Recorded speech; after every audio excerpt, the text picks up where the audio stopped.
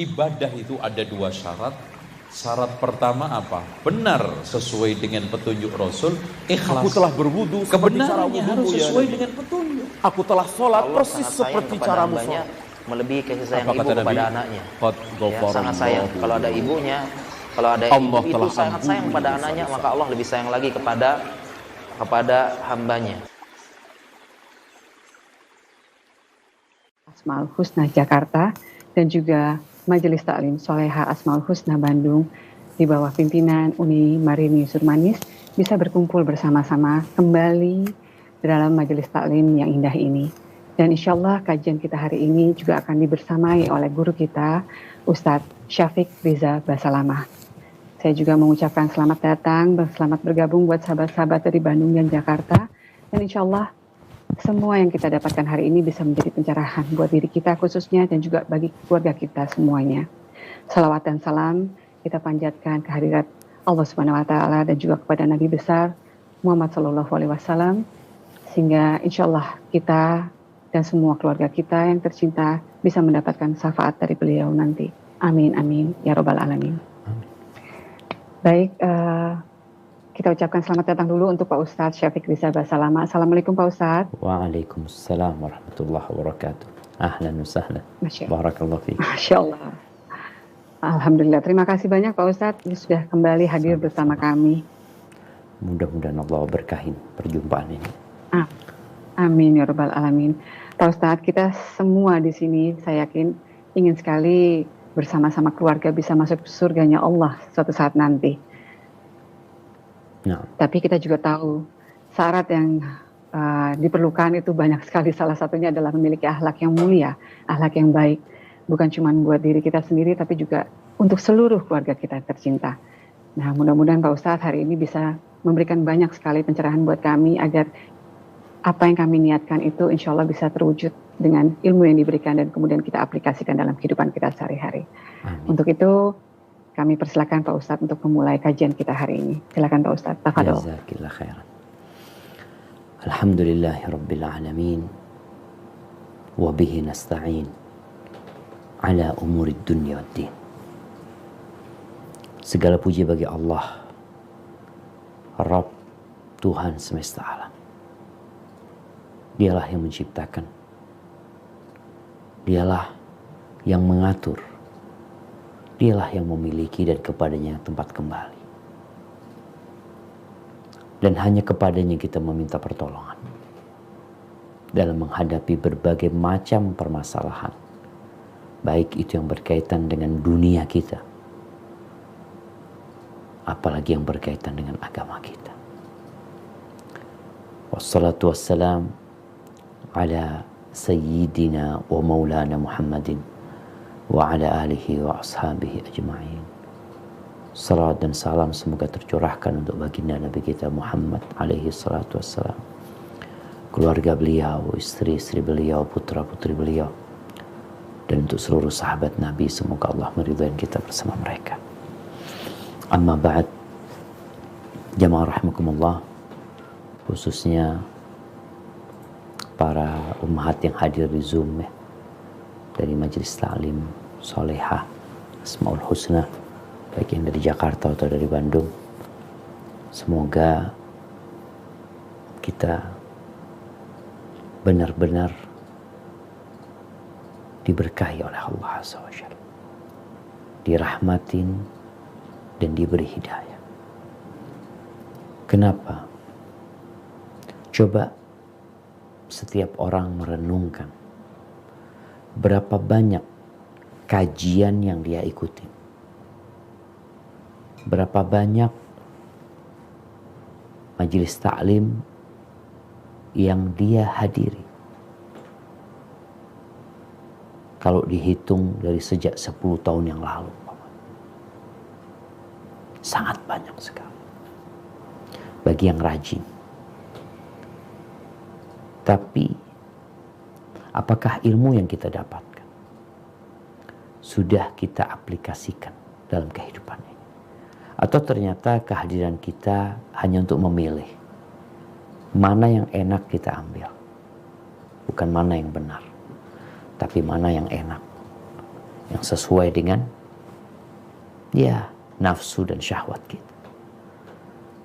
Tapi yang menurut kita berat, kita tinggalkan. Padahal sejatinya agama ini mudah. Maka hari ini kita akan berbincang tentang akhlak yang mulia.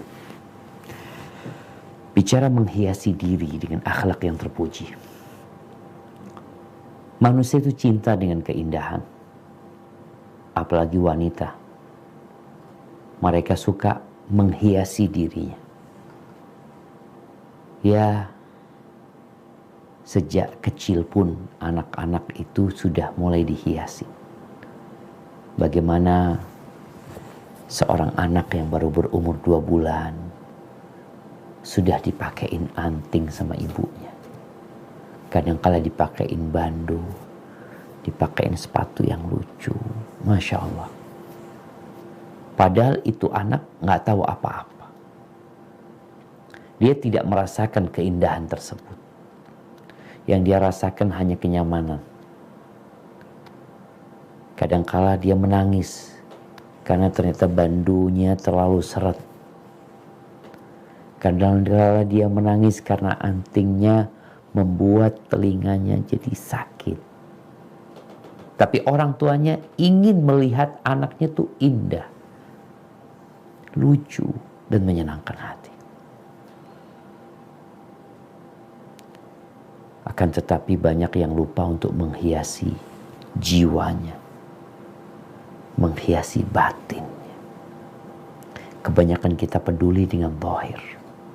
Klinik-klinik perawatan kecantikan itu di mana-mana ada. Dan orang-orang yang berduit peduli dengan hal itu. Dia akan hadir di sana walaupun memakan waktu yang cukup lama. Kadang-kala dia harus beli krim yang dia inginkan supaya dia tampil cantik selalu. Dia merawat dirinya pagi, siang, malam. Sampai kita lihat ada krim mungkin buat pagi hari, buat siang hari, buat sore hari, buat malam hari. Berbagai macam mereka lakukan. Makanan pun mereka menjaga demi memiliki penampilan yang indah. Tapi dia lupa bahwa Allah Jalla Jalaluhu la yanzuru ila suwarikum wala ila wujuhikum. Allah itu gak ngelihat kepada rupa kita, tidak melihat kepada tubuh kita. Walakin yanzuru ila qulubikum wa a'malikum. Yang Allah lihat itu hati kalian. Yang malah gak dilihat sama orang. Yang orang-orang gak tahu dengan isi hati kita. Itu yang Allah lihat. Dan amal perbuatan. Itu yang menjadi tolak ukur orang itu baik atau tidak. Bicara akhlak. Kita mungkin sering mendengar sabda Nabi SAW dalam hadis yang diriwayatkan Imam Ahmad, innama bu'ithtu liutammima salihal akhlak. Aku tuh sejatinya diutus hanya untuk menyempurnakan akhlak-akhlak yang baik. Karena bicara akhlak, akhlak ini adalah sifat ya. Yang kalau dalam bahasa Arabnya disebutkan sifatun mustaqirratun fin nafs. Sifat yang tertanam di dalam jiwa. Yang mengajak orang tersebut untuk melakukan perbuatan tanpa berpikir dan tanpa menunggu. Ada yang baik, ada yang buruk. Bicara akhlak, ada akhlak yang buruk. Karena ini bicara sifat. Ada orang-orang yang bakhil. Akhlaknya bakhil. Tapi ada orang yang karim, Masya Allah, dermawan, mulia, suka menolong orang lain. Hatinya. Jadi tempatnya akhlak itu adalah di dalam jiwa. Yang nampak itu buah dari sifat ini. Rasulullah SAW diutus untuk menyempurnakan akhlak. Dan tatkala Nabi SAW ditanya tentang albir wal ithim, beliau ditanya tentang dua perkara, tentang kebaikan dan dosa. Kebaikan dan dosa. Mana sih yang disebut kebaikan? Sebagian kita nih hidup nggak pernah tanya tentang agamanya. Nih sahabat yang bernama An-Nawas bin Sam'an Al-Ansari, dia datang kepada Nabi SAW menanyakan tentang kebaikan dan dosa. Faqal, lalu Nabi menjawab, albirru husnul khuluq. Kebaikan atau kebajikan itu adalah budi pekerti yang baik. Itu kebajikan. Akhlak yang mulia itu kebajikan. Wal ithm, adapun dosa, ma haka fi sadrika wa karihta an yattali 'alaihi nas. Dosa itu sesuatu yang membuat sesak dadamu dan engkau tidak ingin orang lain tahu. Hadis riwayatkan Imam Muslim. Itu tuh kebaikan, akhlak yang mulia. Kalau tadi disebutkan di muqaddimah bahwasanya kita semua ingin masuk surga. Nah, maka kita perlu tahu apa sih syarat masuk surga. Orang kalau mau masuk ke sebuah lembaga, ingin bekerja di sana, dia harus tahu apa syaratnya. Ketika dia tahu persyaratannya, dia penuhin. Biasanya ada yang dititik beratkan. Yang terpenting itu ini. Ini punya nilai lebih. Di dalam hadis yang diriwayatkan Abu Dawud dan Tirmidzi, Rasulullah sallallahu alaihi wasallam mengatakan, "Ma min syai'in yudha'u fil mizan athqal min husnil khuluq." Tidak ada sesuatu yang diletakkan di timbangan, kelak akan ada timbangan pada hari kiamat. Nggak ada sesuatu yang lebih berat di timbangan itu daripada akhlak yang mulia. Berat akhlak yang mulia. Bahkan Nabi SAW mengatakan, wa inna sahibah husnul khuluq. Sesungguhnya orang yang punya budi pekerti yang baik, la yablughu bihi darajata sahibis saumi was salah. Dengan akhlak yang mulia itu, derajat dia di surga itu dapat menyamain orang yang tekun puasa sunnah, orang yang tekun salat sunnah. Akhlak. Anda kalau bicara akhlak ini kan tadi sifat. Kita punya sifat yang mulia. Sebagian kita mungkin anak, ya Allah sulit sholat sunnah. Kok berat ya mau sholat tahajud, mau puasa sunnah, ya Allah nah puasa hanya yang wajib. Tapi dengan akhlak yang mulia, maka dapat masuk surga.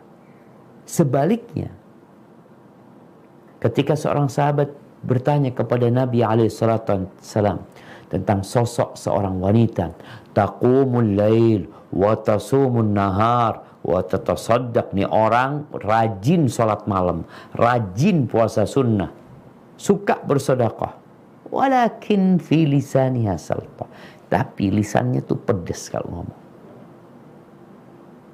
Tu'dhi jirana, dia suka menyakiti tetangganya. Apa kata Nabi SAW? La khaira fiha, hiya finnar. Nggak ada baiknya tuh perempuan, neraka tempat dia. Subhanallah. Kenapa? Karena sholatnya akan ditimbang, puasanya akan ditimbang, sedekahnya akan ditimbang, dan keburukan akhlak dia akan ditimbang. Tadi disebutkan yang paling berat di timbangan itu akhlak yang mulia. Begitu pula di timbangan keburukan. Akhlak yang buruk itu berat banget bobotnya. Maka jangan sampai meremehkan masalah akhlak ini. Dan kalau kita melihat orang-orang itu, keimanan mereka beragam. Ana, antum semua yang ada di situ, imannya beda.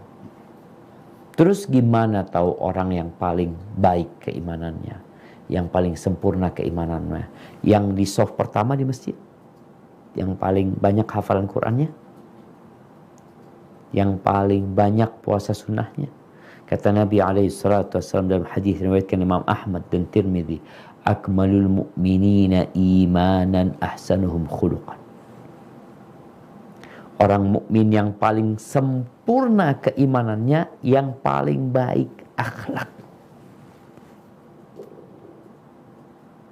Jadi kalau mau tahu engkau itu imannya bagaimana, lihat bagaimana akhlakmu.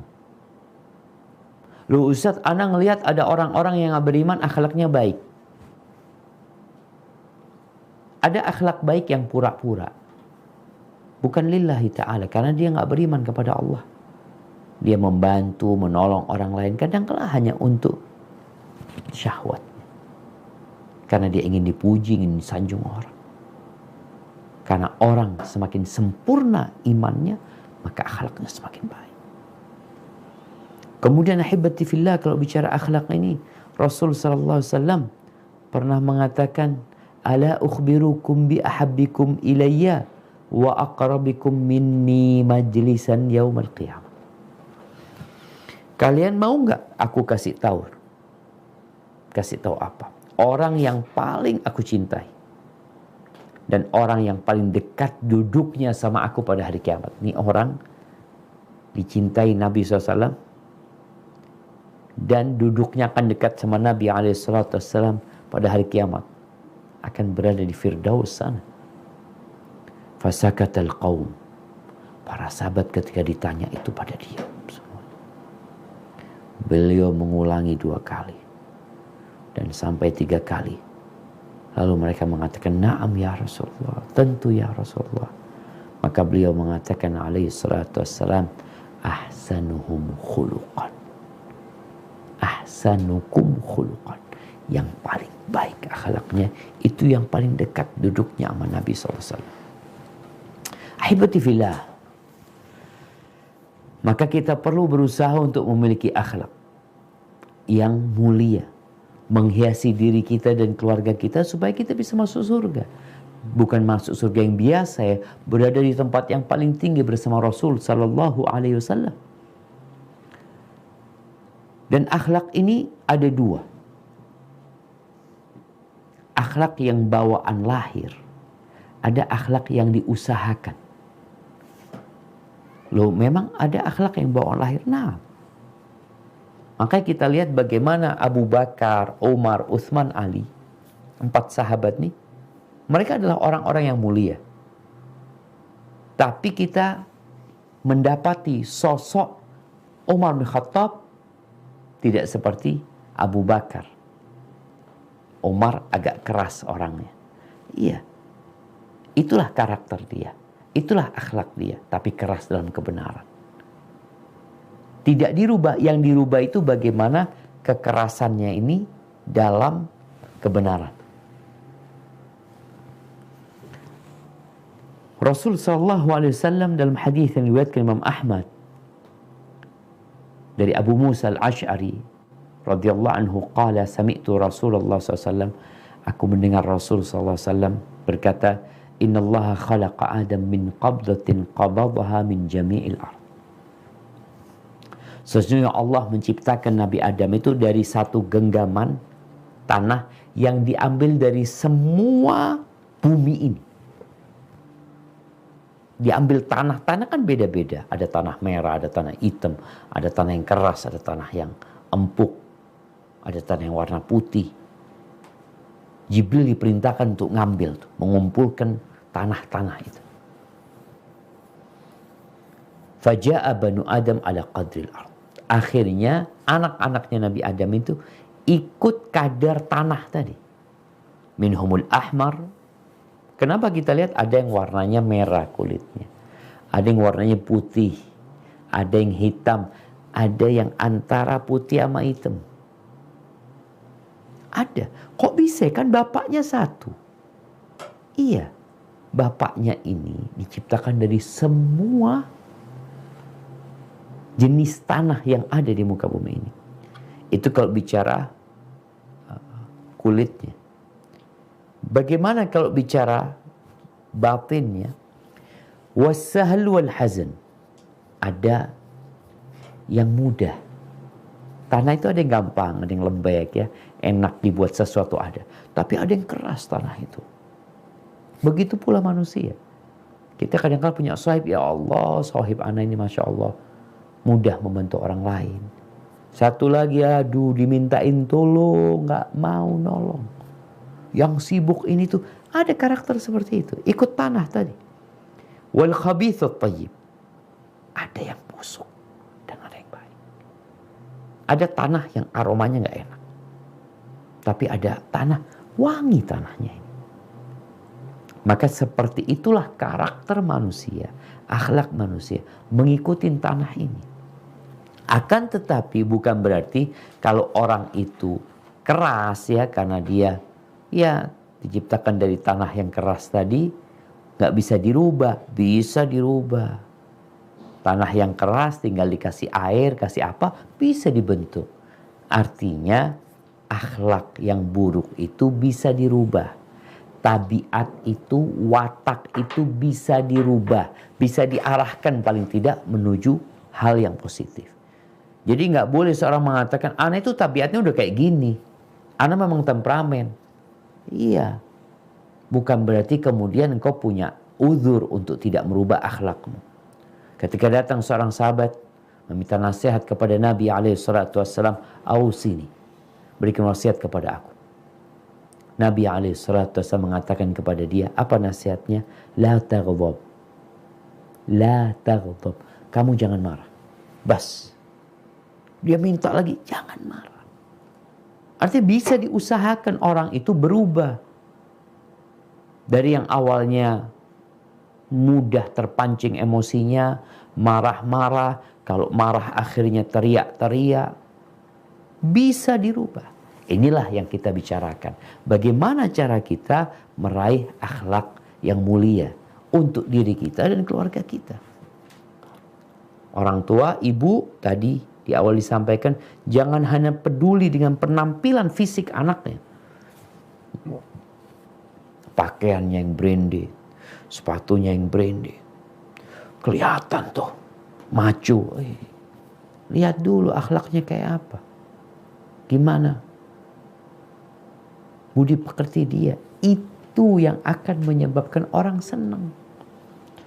Karena kalau bicara pakaian, sebentar orang ganti baju tuh sebentar. Gak sampai 5 menit bisa ganti baju yang mahal.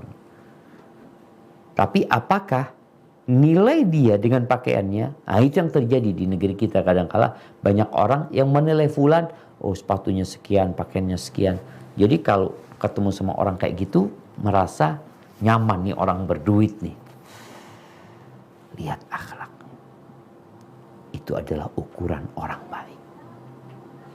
Cara meraih akhlak yang pertama adalah dengan cara memperbaiki akidah kita.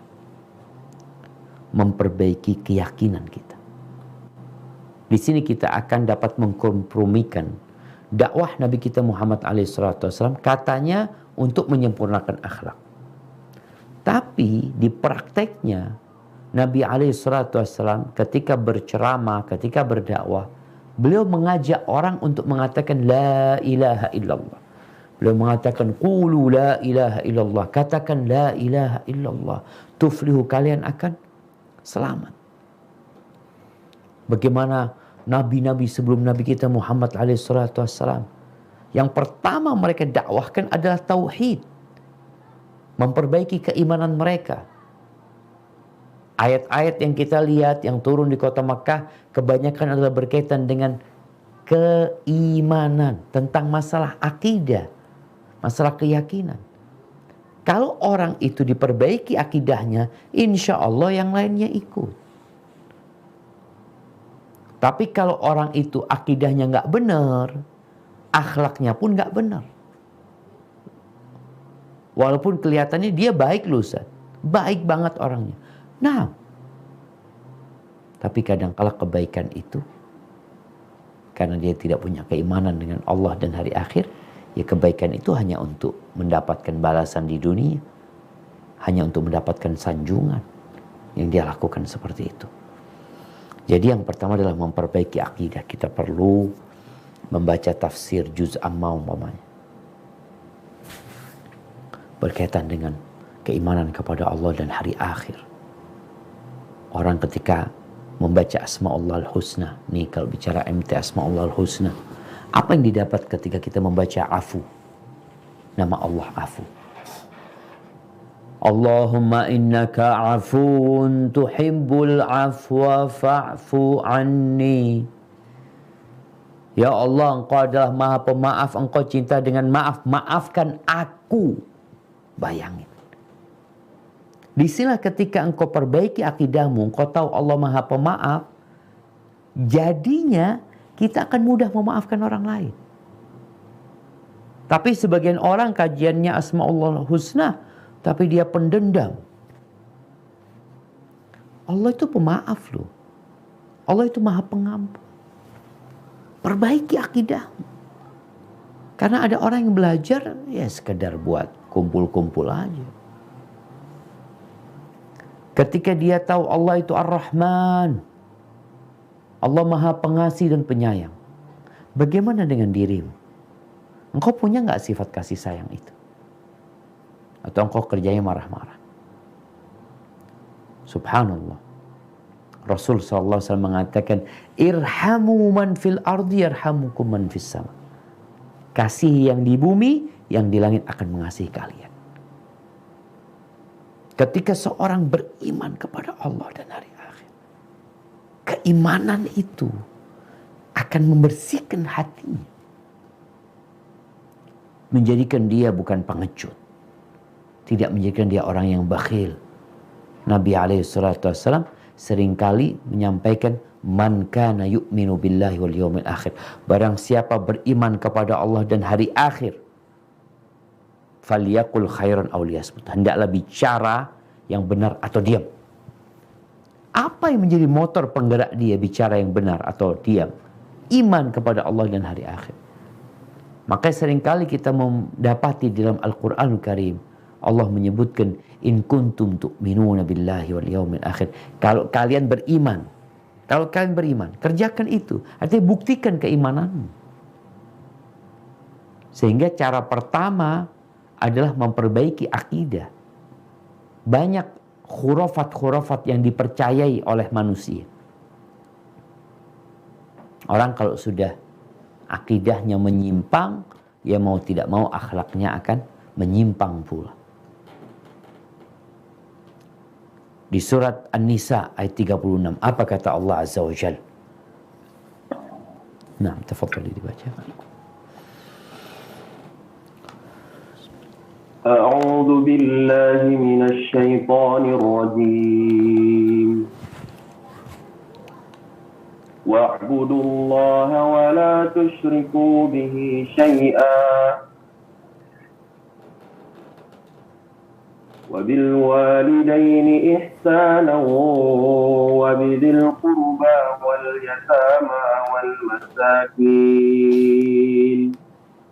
واليتامى والمساكين والجار ذي القربى والجار الجنب والصاحبه بالجنب وابن السبيل وما ملكت أيمانكم إن الله لا يحب من كان مختالا فخورا. Artinya, sembahlah Allah dan janganlah kamu mempersekutukannya dengan sesuatu pun, dan berbuat baiklah kepada dua orang ibu bapa, karib kerabat, anak yatim, orang-orang miskin, tetangga yang dekat dan tetangga yang jauh, dan teman sejawat, ibnu sabil dan hamba sahayamu. Sungguhnya Allah tidak menyukai orang-orang yang sombong dan membangga-banggakan dia. Subhanallah. Kita lihat bagaimana Allah memulai perintahnya dengan keimanan kepadanya. Wa'budullah wa la tusyriku bihi syai'a. Beribadalah kepada Allah, jangan melakukan kesyirikan. Baru setelah itu, akidahnya yang benar, apa yang perlu dilakukan? Berbuat baik kepada orang tua, itu yang pertama. Kemudian kepada kerabat, kepada yatim, miskin, tetangga dekat, tetangga jauh, teman yang dekat, teman sejawat, ibnu sabil, budak-budak, suruh berbuat baik. Lalu Allah tutup dengan ucapannya, innallaha la yuhibbu, sesungguhnya Allah tidak menyukai. Tidak menyukai siapa? Man kana mukhtalan fakhura, orang yang sombong dan membangga-banggakan dirinya. Jadi cara yang pertama adalah memperbaiki akidah kita. Bersihkan dari segala khurafat-khurafat, keyakinan-keyakinan yang tidak ada dasarnya. Yang kedua adalah dengan berdoa, meminta, memohon kepada Allah agar kita dikasih akhlak yang baik. Dikasih perilaku yang baik. Minta sama Allah Azza wa Jalla. Serahkan sama Allah. Kalau nggak salah Al-Fudail bin Iyad, dia itu punya anak namanya Ali. Dia berusaha untuk mendidiknya, tapi sulit. Lalu dia mengatakan, ya Rabbi, aku sudah usaha ya Allah untuk mendidik anakku ya Allah. Aku mohon engkau yang mendidik dia secara langsung. Masya Allah, anaknya itu berubah. Jadi orang yang baik. Maka orang tua harus banyak berdoa, memohon kepada Allah dan memohonkan buat anak-anaknya. Allah berjanji, ud'uuni astajib lakum, mintalah kepadaku, pasti aku kabulkan. Dan doa ini dapat menolak bala atau mengangkat bala. Orang kalau sakit dia berdoa supaya sehat. Orang yang sehat berdoa supaya nggak sakit. Berkaitan dengan akhlak ini, subhanallah, Nabi SAW dalam hadis riwayat Imam Muslim, Nabi biasa berdoa mengatakan, Allahumma ati nafsi taqwaha, ya Allah berikan kepada jiwaku ketakwaannya, wa zakkiha, dan sucikan jiwaku, sucikan, bersihkan. Anta khairu man zakka, engkau sebaik-baik yang menyucikan. Anta waliyuha wa maula, engkau pelindungnya dan engkau yang memilikinya. Mohon sama Allah Azza wa Jalla. Kemudian dalam hadis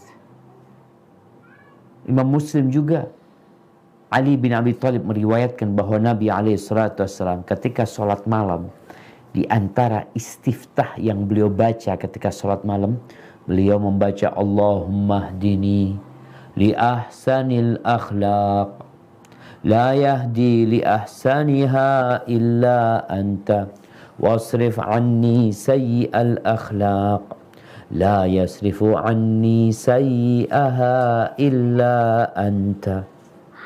Ya Allah, berikan petunjuk kepadaku kepada akhlak yang paling baik. Enggak ada, ingat, tidak ada yang dapat menunjukin orang, membimbing orang kepada akhlak yang baik kecuali engkau ya Allah. Nih, dari akidah yang benar menyebabkan orang itu berdoa, memohon kepada Allah, palingkan dari aku akhlak yang buruk. Tidak ada yang dapat memalingkan dari akhlak yang buruk kecuali engkau ya Allah. Berapa kali kita baca doa ini? Memohon kepada Allah. Ajarin anak kita, baca nak doa ini nak. Suaminya yang mungkin perilakunya buruk, suka marah-marah Ustaz, ini dan itu. Wallah, kalau keluar baik banget sama kawan-kawannya, tapi kalau masuk rumah, na'udzubillah min dzalik. Ajarin mas, bang, baca doa ini. Kemudian Nabi SAW dalam hadis riwayat Ibnu Hibban, beliau biasa berdoa mengatakan, Allahumma hassanta khalqi fahassin khuluqi. Ya Allah, engkau indahkan perawakanku, maka aku minta engkau mengindahkan perilakuku, akhlakku. Ini doa bukan hanya ketika melihat cermin. Tapi tatkala kau melihat cermin, kau mau berdoa, silahkan. Tapi jelas doa ini dibaca ketika engkau minta sama Allah agar diberi akhlak yang mulia. Dan cara yang ketiga untuk meraih akhlak yang terpuji ini adalah dengan melaksanakan ibadah. Ketahuilah bahwasanya perintah-perintah Allah, kalau kita lihat rukun Islam, itu semuanya maslahatnya untuk hamba. Jadi kadang-kadang ada orang merasa, ya Allah berat banget. Enggak loh, Islam tuh tidak mau memberatkan. Sholat dulu 50 waktu, jadi 5 waktu. Dan kalau dilihat, orang itu bekerja lebih lama daripada mereka sholat. Ibadah yang dilakukan oleh hamba ini banyak hikmahnya. Di antaranya memperbaiki akhlak seseorang. Coba kalau kita lihat sholat yang 5 waktu. Apa kata Allah di surat Al-Ankabut ayat 45 tentang sholat ini? Nah,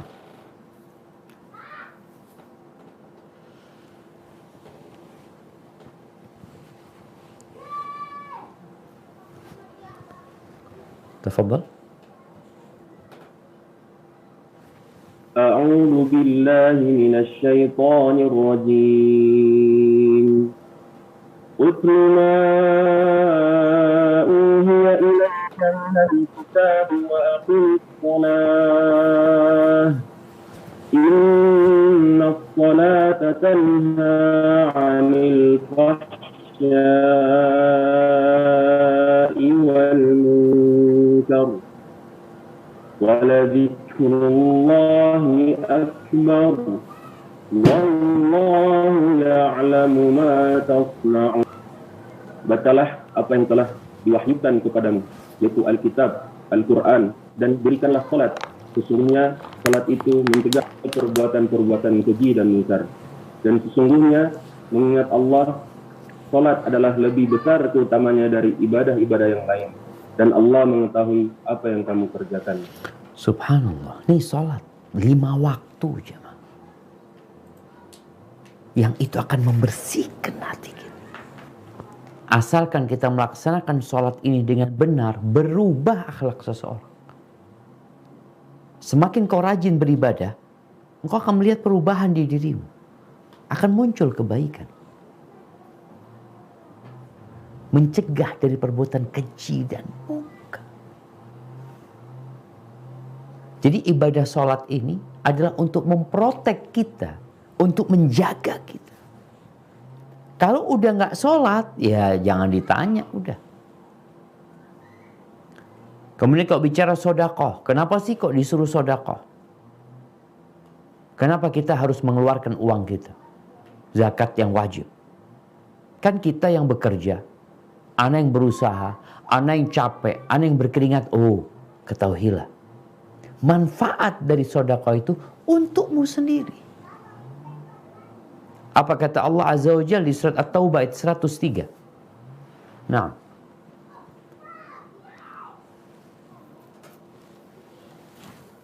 A'udzu billahi minasy syaithanir rajim. Khudh min amwalihim shadaqatan tutahhiruhum wa tuzakkihim biha wa salli 'alaihim. Inna salataka sakanun lahum. Inna salataka sakanun lahum. Wallahu sami'un alim.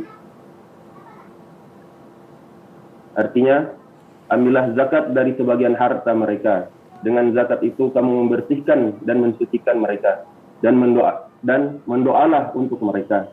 Sesungguhnya doa kamu itu menjadi ketentraman jiwa bagi mereka. Dan Allah Maha mendengar lagi Maha mengetahui. Subhanallah. Ahibati fillah. Kita punya jiwa itu kikir. Cinta sama harta. Ambisius.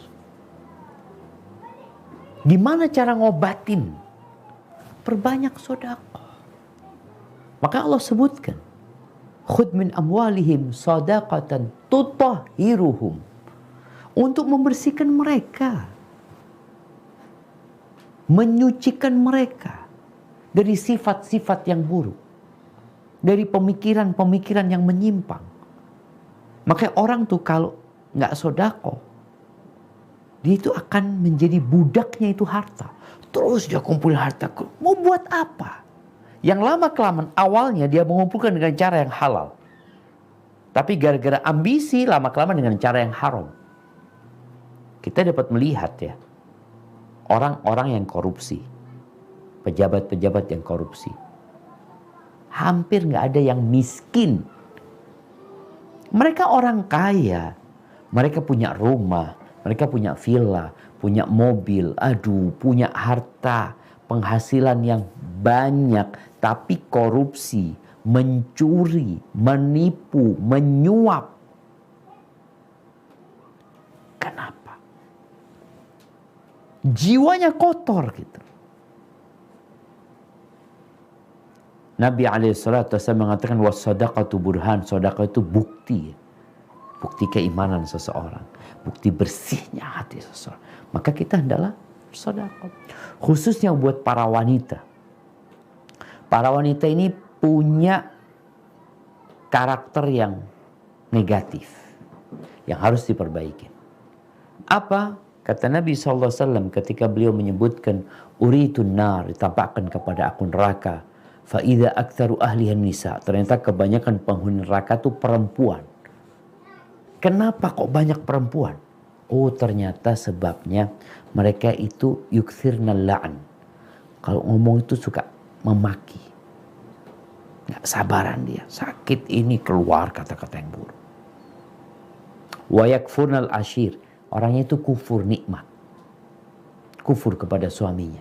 Kufur kepada kebaikan-kebaikan suaminya. Andai kata engkau berbuat baik kepada dia sepanjang 1 tahun, lalu engkau berbuat salah, maka dia akan mengatakan, ma ra'aitu minka khairan qat. Aku melihat engkau gak pernah membahagiakan aku. Lupa dengan semua kebaikan suami. Bagaimana cara mengobatinya? Nabi SAW mengatakan, tasoddaqna. Kalian hendaklah bersodakoh. Agar berubah. Karakternya jadi lebih baik nantinya. Itu tatkala mendengar hadis itu, subhanallah, perempuan-perempuan takut jemaah dengan neraka. Dan dia tahu dunia akan ditinggalkan. Ada yang melepaskan antingnya, melemparkan ke selendang Bilal yang dibuka. Ada yang melepaskan gelangnya, dilemparkan ke sana. Ada yang kalungnya dia buka, dia lemparkan ke sana. Dalam rangka memperbaiki diri dan menyelamatkannya dari api neraka. Kalau puasa, bagaimana puasa merubah karakter seseorang? Dia ketika puasa itu menahan diri. Ini latihan sebenarnya. Yang halal dia tinggalkan. Dia menahan diri, makan, minum, halal makan, minum. Tapi karena dia sedang puasa, dia tahan diri. Istrinya yang halal untuk digauli ketika siang hari bulan Ramadan, dia tahan diri, nggak boleh, aku sedang puasa. Jadi benar-benar puasa ini ibadah yang agung sekali, yang menjadikan orang itu jadi lebih baik, menjadikan dia lebih santun, tidak memikirkan dulu lawang anak kok capek-capek cari dunia, mau dibawa kemana gitu loh. Aku makan sekali atau 2 kali makan cukup ternyata. Jadi puasa ini dapat mendidik seseorang untuk menjadi tidak pemarah. Kalau ada yang menantang berantem dia, kata Nabi SAW, "Falyaqul inni shaim." Jangan dilayani. Katakan, aku sedang puasa. Aku sedang puasa. Bicara ibadah haji. Itu benar-benar madrasatul akhlak.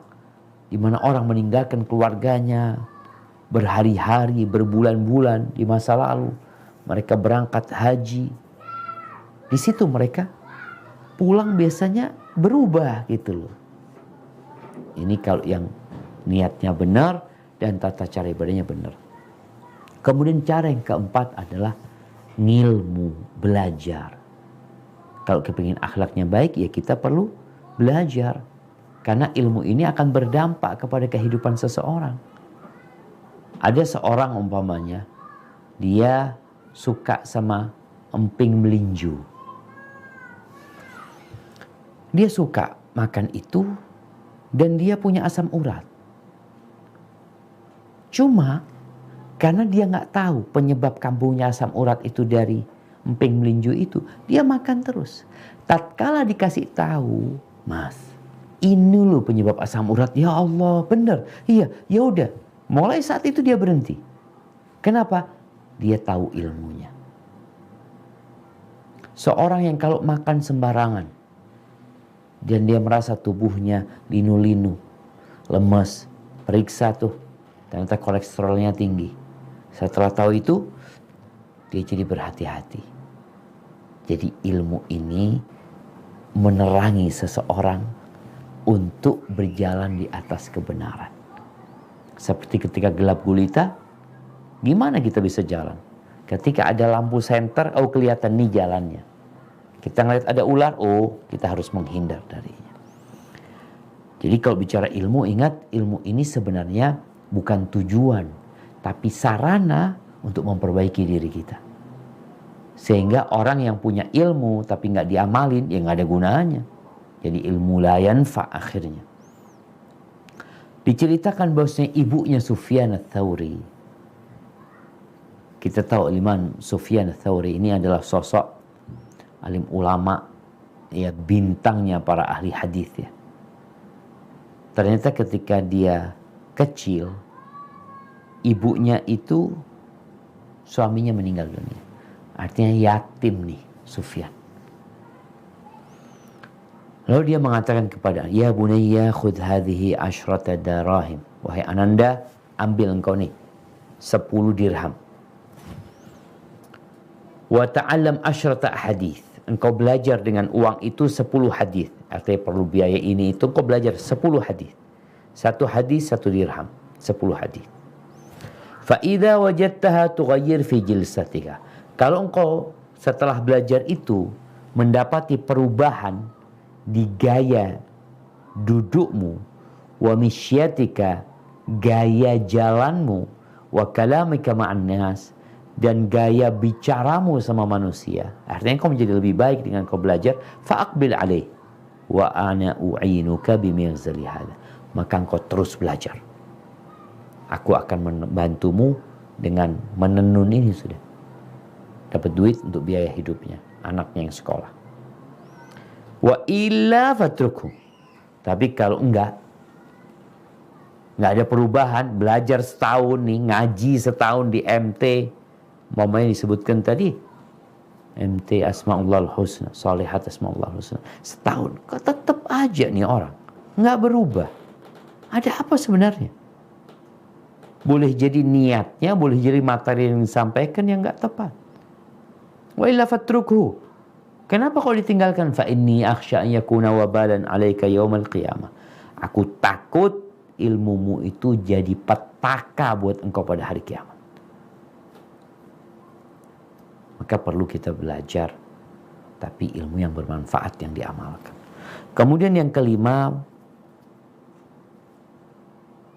riyadhah, olahraga. Riyadhah itu diterjemahkan olahraga. Ada perjuangan, ada pelatihan untuk dapat akhlak yang terpuji. Sebagaimana seorang wanita yang ingin tubuhnya slim, yang ingin diet, apa yang dia lakukan? Berdoa aja ya nggak cukup. Jaga makan nggak cukup, dia perlu olahraga, perlu ada latihan. Dia berlatih, dia berolahraga, yang kadang-kala buat orang pangling.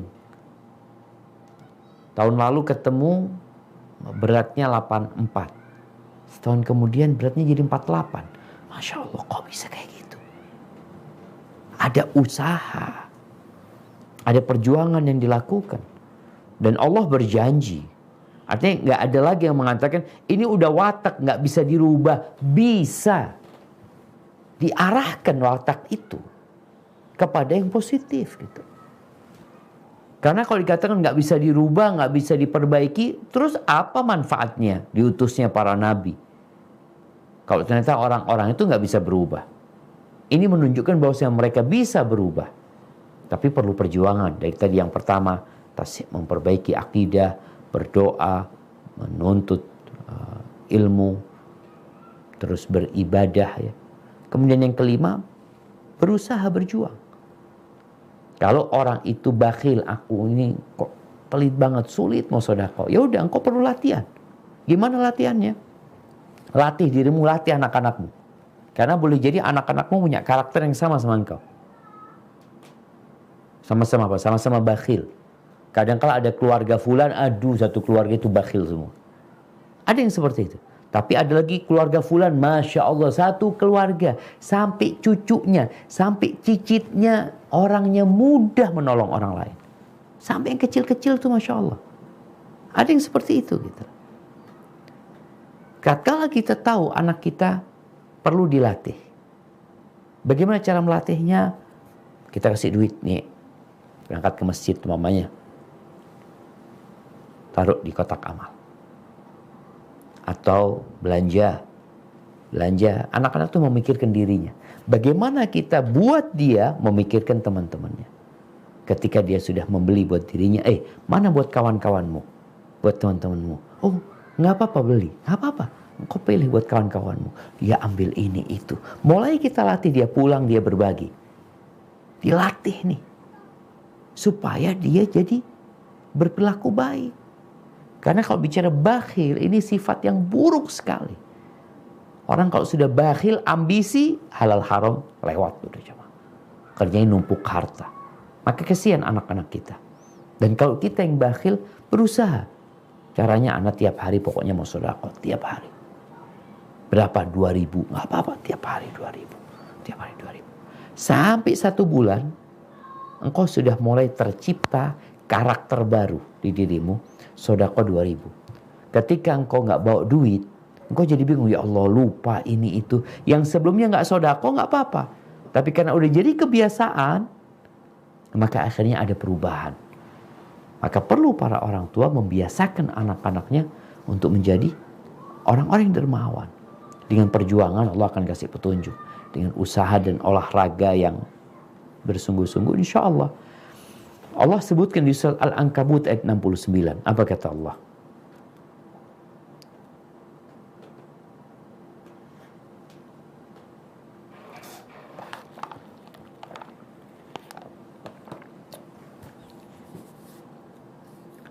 Nah, tafadhal.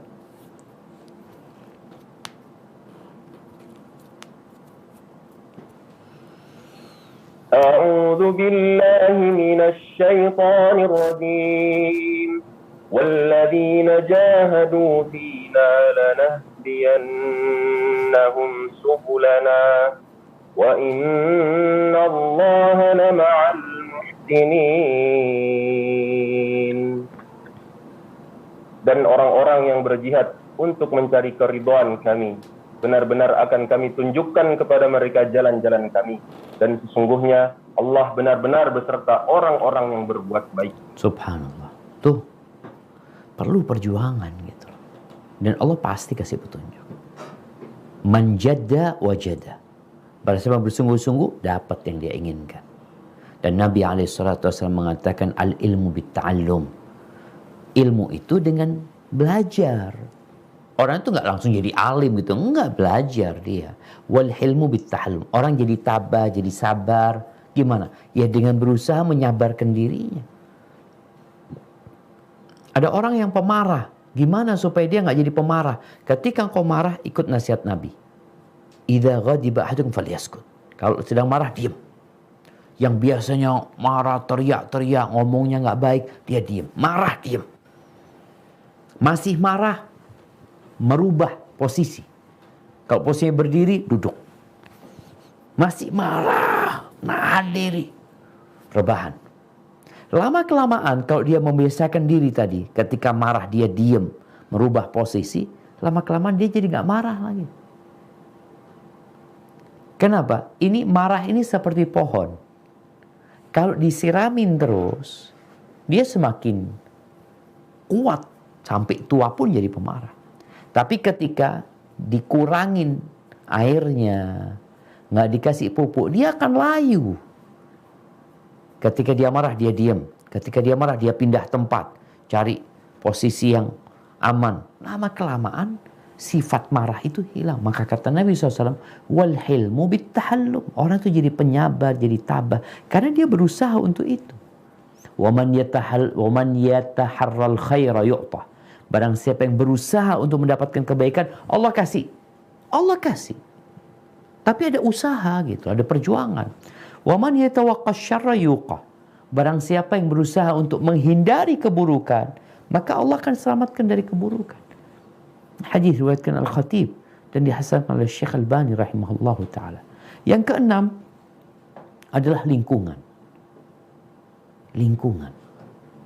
Kalau ingin berakhlak baik, ingin keluarganya berakhlak baik, engkau cari lingkungan yang baik. Kalau kumpul sama orang-orang yang keras, maka akan jadi seperti mereka. Tapi kalau kumpul sama orang-orang yang lembut, akan jadi lembut sama mereka. Makanya emak-emak kalau ada kegiatan, umpamanya kumpulannya itu emak-emak yang rajin sedekah. Ada istilah S3, sedekah 1000 sehari umpamanya. Kumpulannya seperti itu. Dia akhirnya rajin sedekah. Tapi kalau kumpulannya emak-emak yang suka jalan-jalan ke sana kemari, ya kayak gitu jadinya. Maka lingkungan itu mempengaruhi. Kita pun perlu memilihkan lingkungan yang baik buat anak-anak kita. Kenapa disyariatkan hijrah ya? Hijrah disyariatkan. Karena kalau hidup di tempat yang seperti itu, ya bakal terpengaruh ya. Contoh dulu ada tempat lokalisasi di Surabaya yang namanya Doli. Itu na'udzubillah min dzalik. Neneknya pelacur, anaknya pelacur, cucunya pelacur, dan mungkin cicitnya pun jadi pelacur. Karena lingkungan pelacur di sana itu. Kalau lingkungannya pengemis, ada kampung pengemis, semua jadi pengemisan. Maka kita berusaha untuk hijrah. Kemudian yang ketujuh, profesi. Profesi ini mempengaruhi. Jadi lihatlah, ada suami yang keras, kerjaannya dia kayak gitu loh. Kita dapat melihat ya, seorang supir mikrolet itu beda sama supir pesawat, umpama. Kenapa? Karena profesinya beda. Seorang pengembala kambing itu beda dengan pengembala onta. Dan kita lihat bagaimana Allah Azza wa Jal menjadikan Nabi Musa itu mengembala kambing selama 10 tahun. Allah menyebutkan di antara hikmahnya adalah untuk memperbaiki karakter Nabi Musa, untuk mempersiapkannya menjadi Nabi. Karena Nabi Musa alaihissalam hidup di istana Fir'aun. 30 tahun hidup di istana Fir'aun. Mau tidak mau lingkungan itu mempengaruhi. Sehingga beliau dipersiapkan untuk menjadi seorang nabi. Menggembala kambing 10 tahun. Anak-anak kita pun kadangkala perlu gembala kambing dia. Untuk melatih kesabaran. Untuk merubah sikap dan perilakunya. Kemudian yang ke-8, kawan. Ini perlu pilih kawan.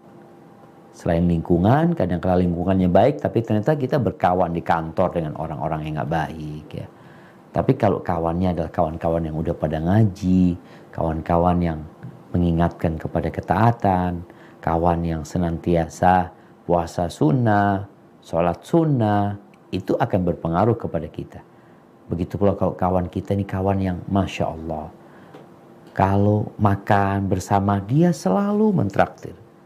Kita jadi Allah, masa fulan terus? Kapan aku bisa seperti fulan gitu. Tapi kalau kawannya buruk ya na'udzubillah min dzalik. Kemudian yang ke-9 adalah kita perlu mengecek. Kita perlu berangkat ke laboratorium. Check up total. Kalau laboratorium yang ada itu check up fisik kita. Ada check up total ya, jantung diperiksa, ini semua diperiksa. Itu dilakukan manusia. Tapi bicara tentang akhlak, kadang-kala kita nggak bakalan ngecek. Udah bener nggak akhlak kita? Kita merasa benar semuanya. Merasa udah baik. Nggak ada kecap nomor 2. Tapi engkau perlu orang yang mereview dirimu. Caranya yang pertama adalah duduk dengan seorang guru yang tahu dengan kekurangan-kekurangan jiwa. Engkau sowan ke mereka, minta nasihat. Walaupun yang seperti ini sedikit sekarang sulit dicari. Yang paham tentang penyakit jiwa. Kalau nggak dapat, Ya nggak harus ustadz yang terkenal, alim, enggak, kadang-kala dalam pesantren ya ada orang-orang yang Masya Allah. Duduk tanya sama dia. Yang kedua, ya engkau perlu minta kritik membangun dari kawan-kawanmu. Ngomong sama dia, tolong engkau awasin aku. Kalau engkau melihat kelakuanku udah gak benar, ucapanku gak sesuai, tulisanku atau apa, tolong kasih nasihat. Dan kawan yang seperti ini udah jarang jemaah. Karena biasanya kalau ada kawan yang suka mengkritisi kita malah menjauhin dan meninggalkan dia. Padahal kita butuh sama dia. Umar bin Khattab radhiyallahu anhu mengatakan, rahimallahu mra'an ahda ilaina uyubana. Allah merahmati, semoga Allah merahmati orang yang menghadiahkan kepada kami apa? Kekurangan-kekurangan kami. Kita perlu hadiah itu. Kenapa? Supaya kita bisa lebih baik. Gitu. Yang ketiga, cara check up diri kita sendiri adalah mengambil manfaat dari kritikan musuh-musuh kita. Orang yang gak suka sama kita. Kita biasanya kalau ada orang mengkritiki kita tahu dia gak suka sama kita. Oh, fulan memang hasut sama ana, memang iri, gak ada benernya orang itu. Oh, hilangkan semua ucapan itu. Idza ramakan nas bil hijarah. Kalau kau dilemparin batu sama manusia, dilemparin batu. Apa yang kau lakukan? Balikin batu itu, jangan. Kumpulkan batu itu. Engkau tumpuk batu tersebut. Jadikan anak tangga menuju kesuksesan. Karena kita punya banyak kekurangan. Kawan gak ada yang ngasih nasihat. Ya udah manfaatkan. Kritikan-kritikan dari musuh-musuh orang yang gak suka sama kita. Kemudian yang terakhir adalah kita bergaul dengan manusia dan kita lihat apa sih yang gak disukai manusia. Oh, gak suka dengan kayak gitu. Kita akhirnya tahu, oh ini ternyata buruk. Anak pikir gak apa-apa. Setelah kita bergaul, kita jadi faham. Itulah jemaah beberapa cara untuk meraih akhlak yang mulia, menghiasi diri kita dan keluarga kita. Kurang lebihnya mohon maaf, Anda kembalikan ke MC. Jazakillah khairan. Tafadhali. Oh, insyaallah, alhamdulillah. Terima kasih Pak Ustadz. Ini memang kembali mengingatkan kami semua untuk jangan cuma memperhatikan penampilan luar dari kita sendiri maupun anak-anak dan juga keluarga ya, tapi membekali mereka dengan ketakwaan yang lebih kepada Allah Subhanahu wa taala, kecintaan kepada Rasul kita Muhammad sallallahu alaihi wasallam, dan juga memperbaiki ibadah, sholat, puasa, dan berusaha keras untuk mencapai semua itu. Lalu juga mengganti lingkungan dengan yang lebih baik, memilih teman, dan kita juga perlu mencek akhlak kita dengan duduk dengan guru yang kita percaya, yang tahu sekali kekurangan kita, dan juga menerima kekurangan-kekurangan atau masukan-masukan dari teman-teman atau sahabat-sahabat yang soleh dan soleha. Masya Allah. Terima kasih banyak Pak Ustadz. Mungkin kita akan masuk ke sesi tanya jawab. Boleh ya Pak Ustadz? Tafadhali. Nah, barakallahu fiik. Nah, sebelumnya buat teman-teman semua silakan kalau ada pertanyaan bisa langsung di kolom chat diketik dan akan langsung dibacakan oleh Bu Ari yang akan memandu acara tanya jawab kita pagi ini. Silakan Bu Ari. Tafadhol. Ya, terima kasih banyak Mbak Ranti. Assalamualaikum warahmatullahi wabarakatuh. Pak Ustadz, saya izin untuk memandu tanya jawab di pagi hari ini. Oke, untuk pertanyaan pertama Pak Ustadz, ini akan disampaikan langsung oleh Ketua Majelis kami, Uni Marini Zumarnis. Kepada Uni Marini, monggo kami persilahkan.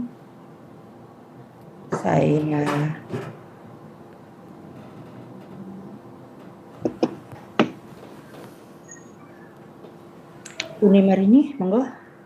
Assalamualaikum warahmatullahi wabarakatuh. Waalaikumsalam warahmatullahi wabarakatuh. Ahlan wa sahlan. Barakallahu fiik. Apa kabar Pak Ustadz? Alhamdulillah bi khairin wa afiyah. Sehat Ibu, gimana kabarnya? Baik, khair. Masya Allah. Udah bisa bahasa Arab nih ceritanya nih.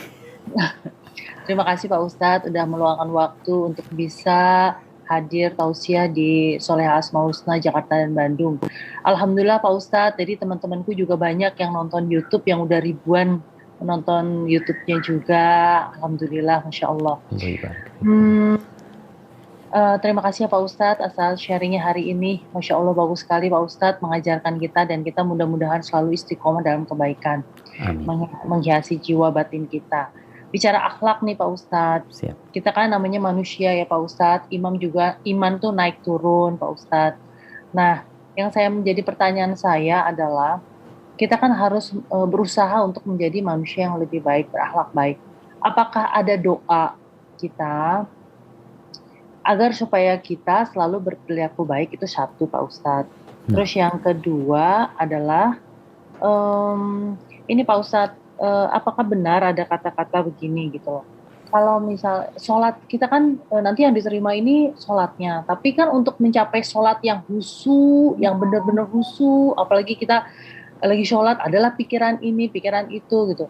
Apakah benar ada kata-kata nanti itu ketika nanti kita di akhir yang diterima di kita untuk masuk surga itu, akhlak baik itu juga sangat mempengaruhi kita gitu Pak Ustadz, di samping dari sholat kita. Apakah itu benar? Itu yang menjadi pertanyaan saya Pak Ustadz.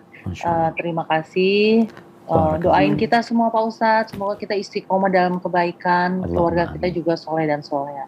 Amin. Siap, barakallahu fiik. Assalamualaikum warahmatullahi wabarakatuh. Waalaikumsalam warahmatullahi wabarakatuh. Masya Allah jamaah. Iya. Kalau bicara iman naik turun. Dan itu akan berdampak kepada akhlak kita. Orang tuh akhlaknya bisa berubah. Kadangkala karena harta. Karena faktor ekonomi. Dulu orang ini baik banget ya ketika dia masih sama-sama berjuang, sama-sama miskin. Tapi kadangkala tatkala dia jadi kaya raya, tatkala dia jadi sukses, jadi berubah gitu loh. Ada yang perubahannya karena faktor ekonomi. Ada yang sebaliknya. Ketika kaya baik, ketika miskin dia jadi suka marah-marah sama keluarganya, sama anak-anaknya. Ini dampak dari ekonomi. Ada yang juga karena umur, faktor umur. Ada orang itu pada waktu muda, dia Masya Allah gitu. Tapi ketika tua kok berubah ya? Karena faktor umur. Atau penyakit. Ada orang-orang yang subhanallah. Ketika dia sehat, dia itu tegar, kokoh, pemberani. Tapi ketika dia sakit, apalagi kalau kena stroke ya kadang-kala terjadi perubahan sikap di diri dia. Ngambek dia, marah, suka nangis ya. Itu hal-hal yang mempengaruhi karakter kita dengan kondisi iman dan naik turun tadi. Kalau bicara apakah ada doa yang sebenarnya diajarkan oleh Nabi SAW, banyak sekali sebenarnya jamaah. Kenapa banyak sekali? Karena doa ini amalan yang paling dicintai Allah Azza wa Jalla. Bahkan Nabi SAW mengatakan ad-du'a huwal ibadah. Doa itulah ibadah. Tatkala kita bersimpuh mengangkat tangan kita, lalu kita memanggil ya Allah, ya Allah, ya Rahman, ya Rahim. Kita panggil nama Allah itu. Ini bentuk kita benar-benar butuh sama Allah. Memang masalahnya kita banyak doa yang kita panjatkan itu urusan dunia. Yang untuk urusan keimanan, untuk urusan hati, untuk urusan akhirat, surga dan neraka, ya ada. Tapi kadang-kala nggak banyak. Di antara doa yang tadi disebutkan bagaimana Nabi SAW berdoa mengatakan Allahumma hassanta khalqi fahassin khuluqi. Ya Allah, engkau indahkan rupaku, penciptaanku. Maka indahkan pula perilakuku. Minta sama Allah. Kemudian bagaimana Nabi SAW mengajarkan doa. Allahumma ati nafsi taqwaha. Ya Allah, berikan kepada jiwaku ketakwaannya. Wa zakkiha anta khairu man zakkaha. Sucikan dia ya Allah. Engkau sebaik-baiknya yang menyucikannya. Anta waliyuha wa maulaha. Engkau pelindungnya, engkau pemiliknya. Allahumma inni a'udzubika min ilmin la yanfa. Ya Allah, aku berlindung kepadamu dari ilmu yang tidak bermanfaat. Ngaji, belajar, ikut majelis taklim bertahun-tahun, la yanfa ilmunya. Kadang-kala hanya untuk kumpul-kumpul aja. Maka berlindung, Allahumma ini doa Nabi SAW ya. Inni a'udzubika min ilmin la yanfa' wa min qalbin la yakhsha. Dan dari hati yang gak tunduk. Wa min nafsin la tashba. Dari jiwa yang gak ada puasnya. Wa min du'ain la yusma'. Dan dari doa yang tidak didengarkan. Gak dikabulkan. Maka itu diantara banyak doa-doa yang diajarkan Nabi SAW. Agar kita menjaga keimanan kita. Terus mendapatkan akhlak yang mulia dengan memohon kepada Allah Azza wa Jalla. Taib, adapun yang kedua berkaitan dengan yang pertama dihisab itu salat pada hari kiamat. Rasul sallallahu alaihi wasallam mengatakan awwalu ma yuhasabul abdu yaumal qiyamah as-salah. Yang pertama dihisab itu salat. Kalau salatnya benar, yang lainnya benar. Kenapa seperti itu? Karena salat ini mencegah dari perbuatan keji dan mungkar. Salat ini ibadah rutin yang dikerjakan oleh hamba sehari 5 kali. Dia menghadap Allah, dia mengatakan Allahu Akbar, mengajarkan kepada dia disiplin, mengajarkan kepada dia konsentrasi, fokus, khusyuk. Kalau salatnya benar, yang lain jadi benar. Akhlaknya juga jadi benar. Kenapa? Karena Allah Azza wa Jalla berfirman, Inna salata tanha 'anil fahsya wal munkar. Sesungguhnya salat itu mencegah dari perbuatan keji dan mungkar. Jadi paling tidak salat itu ada salat yang minimal harus kita kerjakan. Salat yang wajib 5 waktu. Kalau kita sudah jaga yang 5 waktu, kehusyuannya, syarat, wajib, rukunnya kita jaga, insya Allah akhlak jadi baik. Walaupun kita umpamanya, Anda nggak punya salat sunnah Ustaz. Iya, tapi yang itu benerin insya Allah akhlak jadi benar. Ada orang yang alhamdulillah, dia itu Masya Allah, selain salat yang wajib dia salat sunnah. Maka insya Allah, orang yang akhlaknya baik ini, yang mungkin dia nggak punya salat sunnah, dia nggak punya puasa sunnah, nanti derajatnya di surga itu bisa setara dengan orang yang rajin salat sunnah dan puasa sunnah. Kenapa? Karena akhlak dia. Dan bicara salat, tolong kita memperbaiki salat kita ya, karena untuk mendapatkan akhlak yang mulia, ya dengan memperbaiki salat kita juga. Allah mengatakan fawailul lil musallin. Celaka buat orang-orang yang salat. Salat masuk neraka. Na'udzubillah min dzalik. Kenapa? Karena dia main-main salatnya. Alladzina hum an salatihim sahun. Lalai. Salat semau dia waktunya. Aturannya aturan dia yang dia pakai. Sedangkan kalau kerja dia disiplin. Untuk sholat nanti. Enggak. Ini orang diancam neraka. Alladzina hum yuraun. Sholat tapi ria. Ada masalah di hatinya. Dia sholat. Ini sholat kan ibadah yang kelihatan. Untuk dilihat sama orang. Wa yamna'unal ma'un. Dan dia juga enggak suka membantu orang. Maka hendaklah kita memperbaiki sholat kita. Yang insya Allah akhlak kita akan juga baik. Dan orang yang akhlaknya baik akan dapat sama setara dengan orang yang rajin sholat sunnah, rajin puasa sunnah. Barakallahu fiik. Mungkin seperti itu jawabannya hari ini. Insya Allah Ustadz, ini ada pertanyaan lagi. Ternyata memang sholat luar biasa ya, makna dan artinya untuk kita. Oke Ustadz, ini mohon bimbingan. Kadang ada rasa khawatir saat ada pihak lain yang memberikan pujian. Saya memaknai ada ujian di balik pujian. Saya khawatir pujian-pujian itu akan mengotori hati dan membuat diri terlena dan menjadi sombong. Nauzubillah. Bagaimana cara merespon pujian itu dengan santun dan penuh adab tanpa menghadirkan rasa lain yang bisa mengarahkan pada kotornya hati? Masya Allah. Barakallahu fiik. Iya jemaah. Orang yang kenal sama dirinya, maka pujian itu tidak akan membahayakan dia. Kita ini dipuji karena orang gak tahu sama kekurangan kita. Sanjungan-sanjungan diberikan oleh orang itu karena dia tidak pernah menyingkap tabir diri kita. Makanya sebenarnya ulama mengatakan bahwasanya orang yang tahu sama dirinya, maka gak akan membahayakan dia pujian orang. Orang mengatakan baik, dia nggak tahu aku berbuat dosa. Maka sampai sebenarnya ulama mengatakan kalau dosa itu ada baunya, nggak ada yang dekat sama kita. Hilang tuh pujian semua. Karena kita banyak berbuat dosa sebenarnya. Tapi memang ada pujian dari amalan yang kita lakukan. Dipuji sama orang. Kita membantu ini tuh dipuji sama orang. Baik, Nabi SAW pernah ditanya tentang pujian. Orang beramal kemudian ada yang memuji dia. Kata Nabi SAW, tilka ajiru busyral mu'min. Itu adalah kabar gembira orang beriman yang disegerakan. Asalkan tadi kita tahu sama diri kita. Kita juga tidak mengharap pujian tersebut. Sebagian sahabat, dulu kalau ada yang memuji, apa sikap dia? Dia berdoa. Mengatakan kepada Allah, Allahumma la tu'akhidni bima yaqulun. Waghfir li ma la ya'lamun.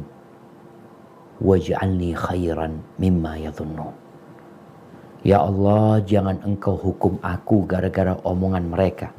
Karena bisa jadi omongan yang memuji kita nggak benar gitu. Berlebihan dia memuji kita kadang-kadang. Makanya kita kalau tahu sama diri kita, nggak akan membahayakan kita pujian itu. Maka berdoalah mengatakan kepada Allah, ya Allah jangan hukum aku gara-gara omongan orang itu. Dan ampuni dosa-dosaku yang mereka nggak tahu. Pujian itu karena mereka nggak tahu sama dosa-dosaku. Ampuni dosa-dosa yang mereka tidak mengetahuinya. Dan jadikan aku lebih baik dari apa yang mereka sangkakan. Itu yang perlu kita lakukan. Sehingga dengan harapannya kita dapat menjaga hati kita. Dan kita jamaah, jangan mudah-mudah memuji saudara kita. Apalagi di hadapan dia. Karena kasihan. Boleh jadi dengan pujian itu hatinya jadi kotor. Yang awalnya ikhlas jadi riya nantinya. Tapi ada orang-orang yang kita tahu kalau kita puji dia semakin semangat Ustaz. Ya nggak apa-apa dipuji, yang penting tidak merusak hatinya. Tapi kalau kita tahu fulan ini memang minta pujian, jangan kau puji. Kesian dia. Seharusnya dikasih nasihat. Karena kita ini saudara. Jangan sampai kita menjerumuskan saudara kita ke neraka gara-gara pujian yang kita lakukan. Barakallahu fiik. Nah. Insya Allah, terima kasih Ustadz. Ustadz, ini ada 3 pertanyaan yang saling berhubungan dan mirip. Biar saya bacakan semua ya Ustadz ya. Karena kita berkejaran dengan waktu juga. Oke. Gimana caranya menghadapi teman yang terlihat sudah hijrah, sering kajian dan berhijab, tapi masih membicarakan kekurangan kita? Kita harus sedih atau harus gimana Ustadz? Kemudian bagaimana seharusnya sikap kita jika berada di tengah-tengah teman yang sedang bermasalah atau bermusuhan? Ditambah satu lagi, bagaimana sikap kita sama seseorang yang selalu menjelek-jelekan kita dan kadang-kadang ada fitnahnya juga. Masya Allah. Barakallahu fiik. Ya ahibati fillah. Rasul sallallahu alaihi wasallam mengatakan, alladhi yukhalitun nas wa yasbir ala adahum khairun min alladhi la yukhalitun nas wa la yasbir ala adahum. Orang yang berbaur dengan manusia, bergaul sama manusia dan sabar disakiti sama mereka, itu lebih baik daripada orang yang menyendiri, nggak bergaul, dia hidup sendirian dan dia nggak sabar kalau disakiti sama orang. Jadi keberadaan seorang muslim di tengah-tengah masyarakat itu harus menjadi lentera yang menerangi. Seorang mukmin itu kata Nabi SAW kan nakhla, seperti pohon kurma. Kokoh dia jemaah. Daunnya nggak jatuh. Dilemparin dengan batu yang dia jatuhkan buah-buahan. Selalu dia baik. Nabi juga mencontohkan al-mu'min kan nahla. Seorang beriman itu seperti lebah. Lihatlah lebah. Dia pergi meninggalkan tempatnya. Tapi dia akan berangkat ke tempat-tempat yang indah. Dan di tempat yang indah itu dia tidak akan merusak. Dia akan ambil yang terbaik. Dan dia akan meninggalkan yang terbaik di sana. Itu lebah.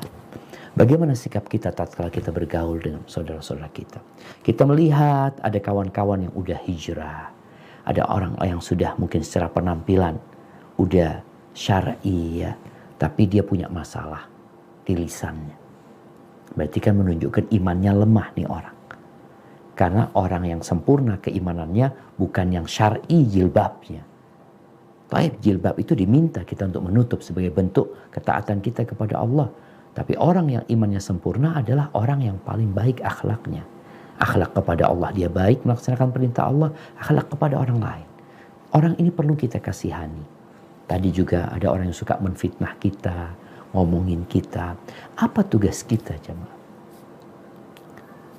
Jangan dibiarkan kesian saudara kita. Perlu dikasih nasihat. Kalau mungkin kita kayaknya anak nggak bisa kasih nasihat dia, karena dia udah nggak seneng duluan sama anak Ustaz.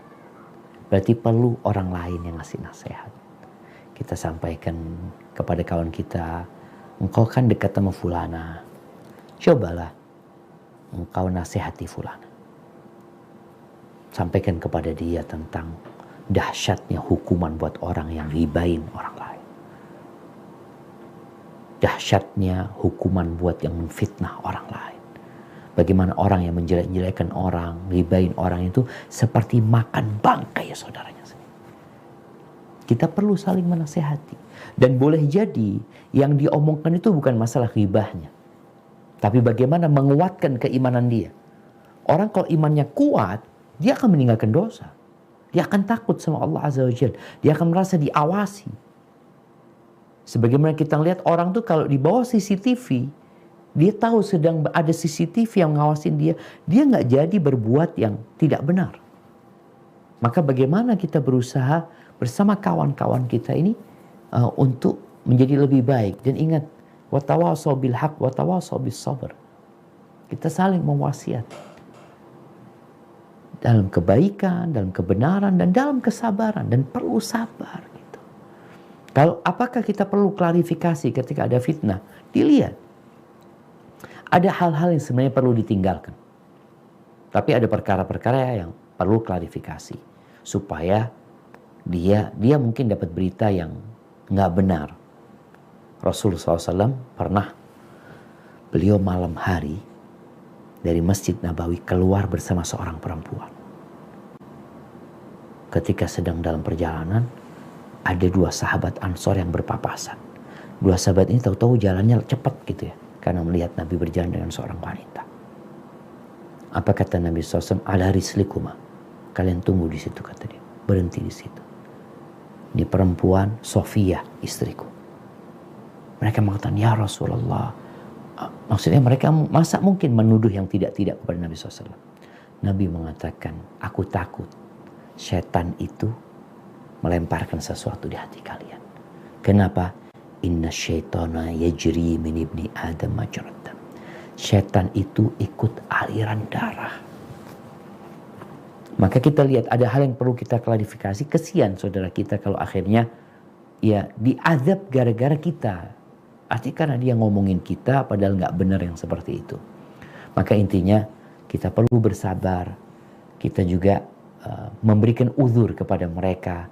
Mungkin mereka nggak tahu, mungkin mereka nggak sadar. Tugas kita memaafkan mereka dan mendoakan mereka. Semoga Allah memberikan hidayah kepada mereka. Yang terakhir untuk jawaban pertanyaan ini, ada satu sikap yang mulia dalam menghadapi orang-orang yang menyakiti kita. Apa kata Allah? Idfa' billati hiya ahsan. Balaslah keburukan itu dengan kebaikan. Bukan keburukan kita balas dengan keburukan, enggak. Kan kita ingin hidup damai, tentram. Balaslah keburukan itu dengan kebaikan. Fa idzal ladzi bainaka wa bainahu adawah ka'annahu waliyyun hamim. Kata Allah, boleh jadi permusuhan yang ada antara engkau sama dia. Gara-gara engkau terus berbuat baik sama dia, dia jadi kawan baik akhirnya. Mungkin seperti itu, wallahu a'lam. Nah. Ustaz, kalau satu pertanyaan lagi boleh? Tafadhalina. Terima kasih. Ini tentang sekarang banyak orang mondar-mandir umroh atau haji, tapi dari uang haram atau korupsi. Afwan. Apakah itu diterima? Apalagi sekarang biaya haji sangat mahal sampai 600 juta. Allah. Jadi orang mencapai dengan jalur korupsi. Namun Allah itu kan baik, pasti mau terima juga jadi halal. Bagaimana dengan ini? Karena godaan harga-harga sekarang mahal, demi gengsi mau tidak mau bayar yang mahal. Nah, ini apakah korupsi itu uang yang diberikan tapi bukan haknya, atau yang diam-diam diambil? Nah, ini bagaimana, Ustadz? Masya Allah. Barakallahu fikum. Ya hibati fillah. Sekarang mungkin gak bolak-balik umroh wala haji. Udah 2 tahun kita gak haji, udah 2 tahun ini kita gak bisa umroh. Tapi yang disebutkan tadi terjadi ya, dimana orang berangkat haji, niatnya entah ya.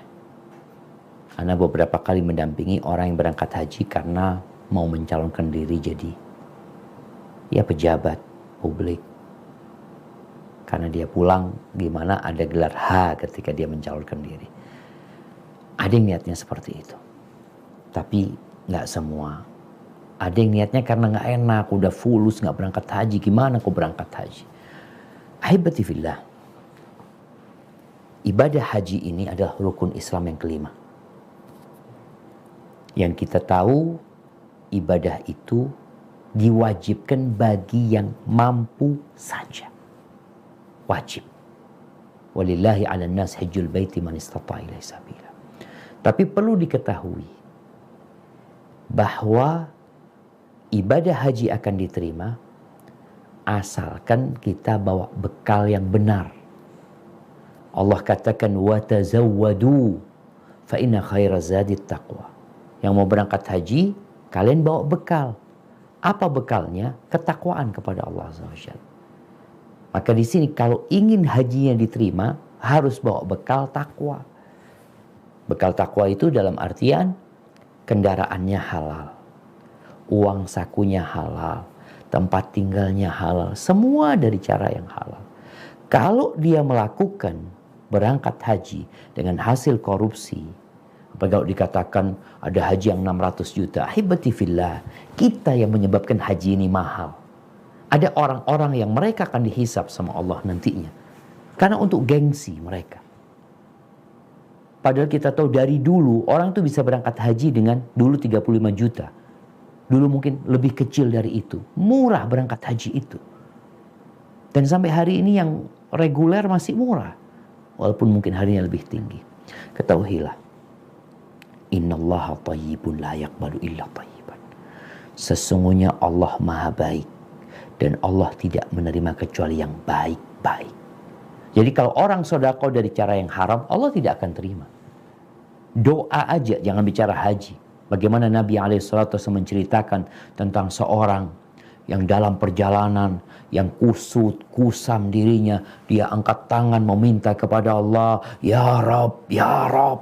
Dia panggil Allah dengan namanya yang indah, Rabb. Dia angkat tangan. Dia menunjukkan kebutuhan dia sama Allah Azza wa Jal. Lalu apa kata Allah? Kata Nabi SAW, afwan.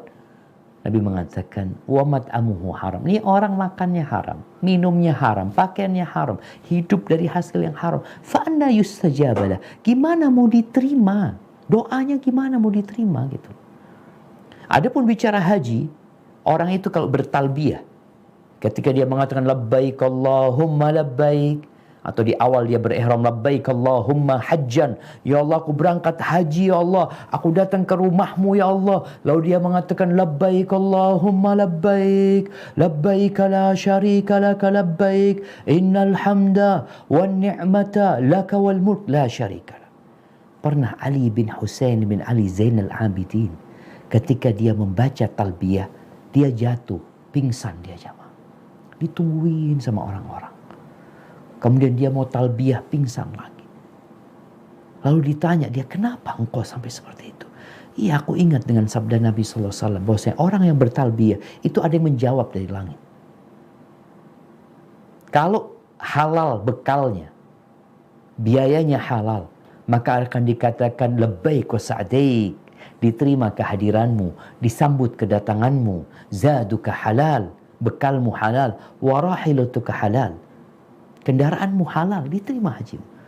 Tapi kalau ternyata dari hasil yang haram, Ketika orang ini mengatakan labbaik Allahumma labbaik, akan ada suara yang menyuruh mengatakan la labbaik wala sa'daik. Nggak ada sambutan buat engkau, nggak ada kebahagiaan buat engkau. Gimana? Kendaraanmu haram, bekalmu haram, maka hajimu tertolak. Maka perlu diketahui, haji yang dapat pahala itu haji yang mabrur. Haji mabrur itu yang semuanya bekalnya halal, kendaraannya halal, kemudian pelaksanaannya sesuai dengan sunnah. Kalau orang melakukan korupsi lalu dia berpikir dengan dia berangkat haji dosanya dihapuskan, umroh dosanya dihapus, gimana? Ibadahnya nggak diterima. Gimana akan dihapuskan dosanya? Malah yang ada nambah dosa lagi dia. Mudah-mudahan ini jadi pelajaran buat kita semua, bahwasanya Allah itu tidak memberatkan hambanya. Yang mampu berangkat haji, nggak mampu jangan memaksakan diri. Apalagi sampai berbuat dosa dengan pikiran dengan haji dosa itu dihapuskan. Yang menghapuskan dosa amal soleh yang diterima. Barakallahu fiik. Itu yang dapat Anda sampaikan. Kurang lebihnya mohon maaf. Anda mohon undur diri. Anda kembalikan ke moderator. Jazakillah khairan. Khair, Ustadz. Terima kasih, astagfirullahaladzim. Terima kasih semua untuk jawabannya. Saya kembalikan kepada Mbak Ranti. Ya, baik. Terima kasih.